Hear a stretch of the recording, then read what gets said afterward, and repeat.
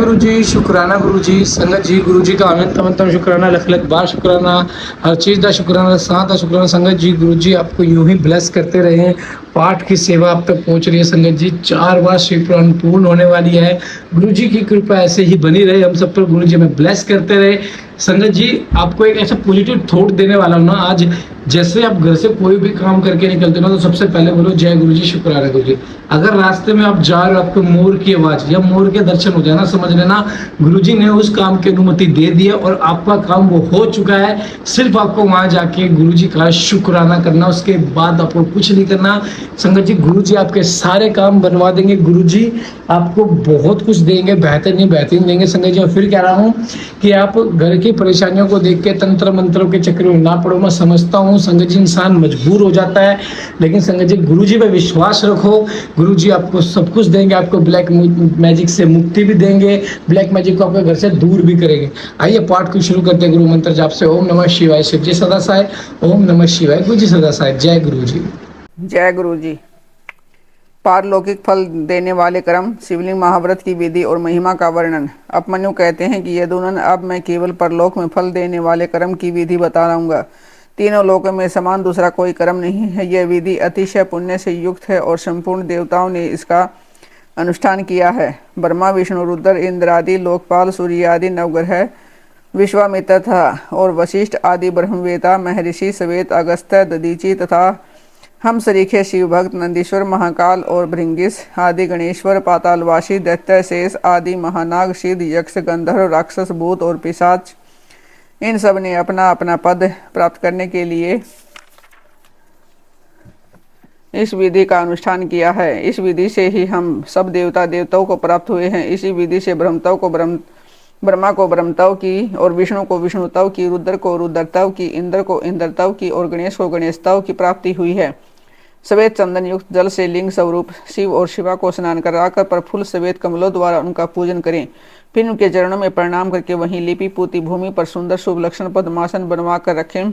धन हो तो अपनी शक्ति के अनुसार सोने या रतन आदि का पद्मासन बनवाना चाहिए। कमल के केसरों के मध्य भाग में अनुष्ठ के बराबर छोटे से सुंदर शिवलिंग की स्थापना करें। वह सर्वगंधमय और सुंदर होना चाहिए। उसे दक्षिण भाग में स्थापित करके बेलो पत्रों द्वारा उसकी पूजा करें। फिर उसके दक्षिण भाग में अगरू, पश्चिम भाग में मैनसिल, उत्तर भाग में चंदन और पूर्व भाग में हरिताल चढ़ाएं। फिर सुंदर सुगंधित विचित्र पुष्पों द्वारा पूजा करें। सब और काले अगरू और गूगल की धूप दें। अत्यंत महीन और निर्मल वस्त्र निवेदन करें। दहत मिश्रित खीर का भोग लगाएं। घी के दीपक जलाकर रखें। मंत्रोच्चारण पूर्वक सबको चढ़ाकर परिक्रमा करें। भक्ति भाव से देवेश्वर शिव को प्रणाम करके उनकी स्तुति करें और अंत में त्रुटियों के लिए क्षमा प्रार्थना करें। तत्पश्चात शिव पंचाक्षर मंत्र से संपूर्ण उपहारों सहित वह शिवलिंग शिव को समर्पित करें और स्वयं दक्षिणामूर्ति का आश्रय लें। जो इस प्रकार पंचगंधमय शुभलिंग की नित्य अर्चना करता है वह सब पापों से मुक्त हो शिवलोक में प्रतिष्ठित होता है। यह शिवलिंग महाव्रत सब व्रतों में उत्तम और गोपनीय है। तुम भगवान शंकर के भक्त हो, इसलिए तुमसे इसका वर्णन किया है। जिस किसी को इसका उपदेश नहीं करना चाहिए, केवल शिव भक्तों को ही इसका उपदेश देना चाहिए। प्राचीन काल में भगवान शिव ने ही इस व्रत का उपदेश दिया था। तदंतर लिंग की कारण रूपता तथा लिंग प्रतिष्ठा एवं पूजा की व्याख्या करके उपमन्यु ने कहा, यदुनंद, यदि कोई स्थापित शिवलिंग न मिले तो शिव के स्थान बहुत जल, अग्नि, सूर्य तथा आकाश में भगवान शिव का पूजन करना चाहिए। योग के अनेक भेद, उनके 8 और 6 अंगों का विवेचन, यम, नियम, आसन, प्राणायाम, 10 वीर प्राणों को जीतने की महिमा, प्रत्याहार, धारणा, ध्यान और समाधि का निरूपण। श्री कृष्ण ने कहा कि भगवान, आपने ज्ञान, क्रिया और चर्या का संक्षिप्त सार उद्धृत करके मुझे सुनाया है। यह सब श्रुति के समान आदरणीय है और मैंने इसे ध्यानपूर्वक सुना है। अब मैं अधिकार, अंग विधि और प्रयोजन सहित परम दुर्लभ योग का वर्णन सुनना चाहता हूँ। यदि योग आदि का अभ्यास करने से पहले ही मृत्यु हो जाए तो मनुष्य आत्मघाती होता है। अतः आपका योग कोई ऐसा साधन बताइए कि जिसे शीघ्र सिद्ध किया जा सके, जिससे कि मनुष्य को आत्मघाती न होना पड़े। योग का वह अनुष्ठान, उसका कारण, उसके लिए उपयुक्त समय, साधन तथा उसके भेदों का तारतम्य क्या है। उपमन्यु बोले कि श्री कृष्ण, तुम सब प्रश्नों के तारतम्य के ज्ञाता हो। तुम्हारा यह प्रश्न बहुत ही उचित है, इसलिए मैं इन सब बातों पर क्रमशः प्रकाश डालूंगा। तुम एकाग्रचित होकर सुनो। जिसकी दूसरी वृत्तियों का निरोध हो गया है, उसे चित्त की भगवान शिव में जो निश्चल वृत्ति है, उसी को संक्षेप से योग कहा गया है। यह योग 5 प्रकार का होता है: मंत्र योग, स्पर्श योग, भाव योग, अभाव योग और महायोग। मंत्र जप के आभास वश मंत्र के वाच्यार्थ में स्थित हुए विक्षेप रहित जो मन की वृत्ति है उसका नाम मंत्र योग है। मन की यही वृत्ति जब प्राणायाम को प्रधानता दे तो उसका नाम स्पर्श योग होता है, और वही स्पर्श योग जब मंत्र के स्पर्श से रहित हो तो भाव योग कहलाता है, जिसे संपूर्ण विश्व के रूप मात्र का अवश्य विलीन हो जाता है। उसे अभाव योग कहा गया है, क्योंकि उस समय सद वस्तु का भी ज्ञान नहीं होता। इसे एकमात्र उपाधि सुनने शिव स्वभाव का चिंतन किया जाता है और मन की वृत्ति शिवमयी हो जाती है। उसे महायोग कहते हैं। देखे और सुने गए लौकिक और पारलौकिक विषयों की ओर से जिसका मन विरक्त हो गया हो उसी का योग में अधिकार है, दूसरे किसी का नहीं। लौकिक और पारलौकिक दोनों विषयों के दोषों का और ईश्वर के गुणों का सदा ही दर्शन करने से मन विरक्त होता है। प्राय सभी योग 8 या 6 अंगों से युक्त होते हैं। यम, नियम, स्वास्तिक और आसन, प्राणायाम, प्रत्याहार, धारणा, ध्यान और समाधि, ये विद्वानों ने योग के 8 अंग बताए हैं। आसन, प्राणायाम, प्रत्याहार, धारणा, ध्यान और समाधि, ये थोड़े में योग के 6 लक्षण हैं। शिव शास्त्र में इनके पृथक पृथक लक्षण बताए गए हैं। यानी शिवागमों में, विशेषतः कामिक आदि में, योग शास्त्रों में और किन्हीं पुराणों में भी इनके लक्षणों का वर्णन है। अहिंसा, सत्य, असत्य, ब्रह्मचर्य और अपरिग्रह, इन सत्पुरुषों ने ये यम कहा है। इस प्रकार यम 5 अवयवों के योग से युक्त है। सोच, संतोष, जप, तप और परिधान, इन 5 भेदों से युक्त दूसरे योगांग को नियम कहा गया है। तात्पर्य यह है कि नियम अपने अंशों के भेद से 5 प्रकार का है। आसन के 8 भेद कहे गए हैं। स्वास्तिक आसन, पद्मासन, अर्ध चंद्रासन, वीरासन, योगासन, प्रसादी तासन, पर्यंकासन और अपनी रुचि के अनुसार आसन। अपने शरीर में प्रकट हुई जो वायु हो उसको प्राण कहते हैं। उसे रोकना ही उसका आयाम है। उस प्राणायाम के 3 भेद कहे गए हैं, रेचक, पूरक और कुंभक। नासिका के एक छिद्र को दबाकर या बंद करके दूसरे से उदर स्थित वायु को बाहर निकालें, उस क्रिया को रेचक कहा गया है। फिर दूसरे नासिका छिद्र के द्वारा बाह्य वायु से शरीर को धोखने की भांति भर लें। उसमें वायु के पूर्ण की क्रिया होने के कारण उसे पूरक कहा गया है। जब साधक भीतर की वायु को न तो छोड़ता है न बाहर की वायु को ग्रहण करता है, न केवल भरे हुए घड़े की भांति अविचल भाव से स्थित रहता है, तब उस प्राणायाम को कुंभक नाम दिया जाता है। योग के साधक को चाहिए कि वह रेचक आदि तीनों प्राणायाम को न तो बहुत जल्दी करे और न ही बहुत देर से करे। साधना के लिए उद्धत होकर हम योग से उसका अभ्यास करें। रेचक आदि में नाड़ी शोधक पूर्वक जो प्राणायाम का अभ्यास किया जाता है उस स्वेच्छा से उत्क्रमण पर्यंत करते रहना चाहिए। यह बात योग शास्त्र में बताई गई है। कनिष्ठ आदि के क्रम से प्राणायाम 4 प्रकार का कहा गया है। मात्रा और गुणों के विभाग तारतम्य से ये भेद बनते हैं। 4 भेदों में से जो कन्यक या कनिष्ठ प्राणायाम है वह प्रथम उद्घात कहा गया है। इसमें 12 मात्राएं होती हैं। मध्यम प्राणायाम द्वितीय अर्धघात, उसमें 24 मात्राएं होती हैं। उत्तम श्रेणी का प्राणायाम तृतीय उद्घात है, इसमें 36 मात्राएं होती हैं। उससे भी श्रेष्ठ जो सर्वोत्कृष्ट चतुर्थ प्राणायाम है वह शरीर में स्वेद और कंप आदि का नरक जनक होता है। योगी के अंदर आनंद जनित रोमांच, नेत्रों से अश्रुपात, जल्प, भ्रांति और मूर्छा आदि भाव प्रकट होते हैं। घुटने के चारों ओर प्रदक्षिण क्रम से न बहुत जल्दी और न बहुत धीरे धीरे चुटकी बजाएं। घुटने की परिक्रमा में जितनी देर तक चुटकी बजती है उस समय का मान 1 मात्रा है। मात्राओं को कर्म से जानना चाहिए। उद्धात कर्म योग से नाड़ी शोधन पूर्वक प्राणायाम करना चाहिए। प्राणायाम के 2 भेद बताए गए हैं, अघ्रभ और सघ्रभ। जप और ध्यान के बिना किया गया प्राणायाम अघ्रभ कहलाता है और जप तथा ध्यान के सहयोग पूर्वक किए जाने वाले प्राणायाम को सघ्रभ कहते हैं। अघ्रभ से सघ्रभ प्राणायाम 100 गुना अधिक उत्तम है, इसलिए योगी जन प्राय सघ्रभ प्राणायाम किया करते हैं।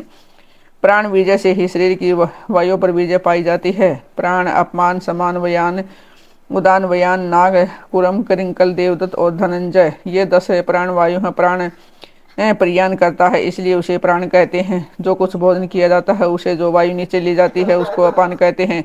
जो वायु संपूर्ण अंगों को बढ़ाती है उसमें व्याप्त रहती है उसका नाम व्यान है। जो वायु मर्म स्थान को उत्तेजित करती है उसकी उदान संज्ञा है। जो वायु सब अंगों को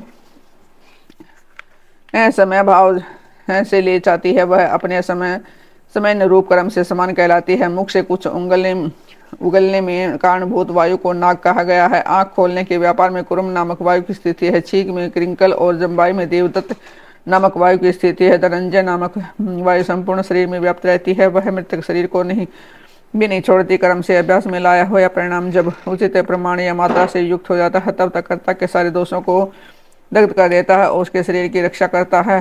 प्राण पर विजय प्राप्त हो जाए तो उसे प्रकट होने वाले चिन्हों को अच्छी तरह देखे। पहली बात यह होती है कि विष्टा, मूत्र और कफ की मात्रा घटने लगती है, अधिक भोजन करने की शक्ति हो जाती है और विलंब से सांस चलती है, शरीर में हल्कापन आता है, शरीर शीघ्र चलने की शक्ति प्रकट होती है, हृदय में उत्साह बढ़ता है, सबर में मिठास आती है, समस्त रोगों का नाश हो जाता है, बल तेज और सौंदर्य की वृद्धि होती है, धरती में युवापन, स्थिरता और प्रसन्नता आती है। तप, प्रायश्चित, यज्ञ, दान और व्रत आदि जितने भी साधन है, ये प्राणायाम के 16 कला के भी बराबर नहीं है। अपने अपने विषय में आसक्त हुए इंद्रियों को वहां से हटाकर जो अपने भीतर निगृहित करता है, उस साधन को प्रत्याहार कहते हैं। मन और इंद्रियां ही मनुष्य को स्वर्ग तथा नरक में ले जाने वाली हैं। यदि उन्हें वश में रखा जाए तो वे स्वर्ग की प्राप्ति कराती हैं और विषयों की ओर खोली छोड़ दिया जाए तो नरक में डालने वाली होते हैं। इसलिए सुख की इच्छा रखने वाले बुद्धिमान पुरुष को चाहिए कि वह ज्ञान वैराग्य का आश्रय ले, इंद्रिय रूपी अश्वों को शीघ्र ही काबू में करके स्वयं ही आत्मा का उद्धार करें। चित्त को किसी स्थान विशेष में बांधना, किसी ध्येय विषय में स्थिर करना श्री संक्षेप से धारणा का स्वरूप है। एकमात्र शिव ही स्थान है, दूसरा नहीं, क्योंकि दूसरे स्थानों में त्रिविध दोष विद्यमान है। किसी नियमित काल तक स्थान स्वरूप है शिव में स्थापित हुआ मन जब लक्ष्य से च्युत न हो तो धारणा की सिद्धि समझना चाहिए, अन्यथा नहीं। मन पहले धारणा से स्थिर होता है, इसलिए धारणा के अभ्यास से मन को धीर बनाए। जब ध्यान की व्याख्या करते हैं, ध्यान में ध्येय चिंतायाम यह धातु माना गया है। इसी धातु से लयोट प्रत्यय करने पर ध्यान की सिद्धि होती है। अतः विक्षेप रही चित्त से जो शिव का बारंबार चिंतन किया जाता है, उसी का नाम ध्यान है। ध्येय में स्थित हुए चित्त की जो ध्येय आकार वृत्ति होती है और बीच में दूसरी वृत्ति अंतर नहीं डालती, यह ध्येय आकार वृत्ति का प्रभाव रूप से बना रहना ध्यान कहलाता है। दूसरी सब वस्तुओं को छोड़कर केवल कल्याणकारी परम देवेश्वर शिव का ही ध्यान करना चाहिए। ये ही सबके परम ध्येय हैं। यह अथर्ववेद की श्रुति का अंतिम निर्णय है।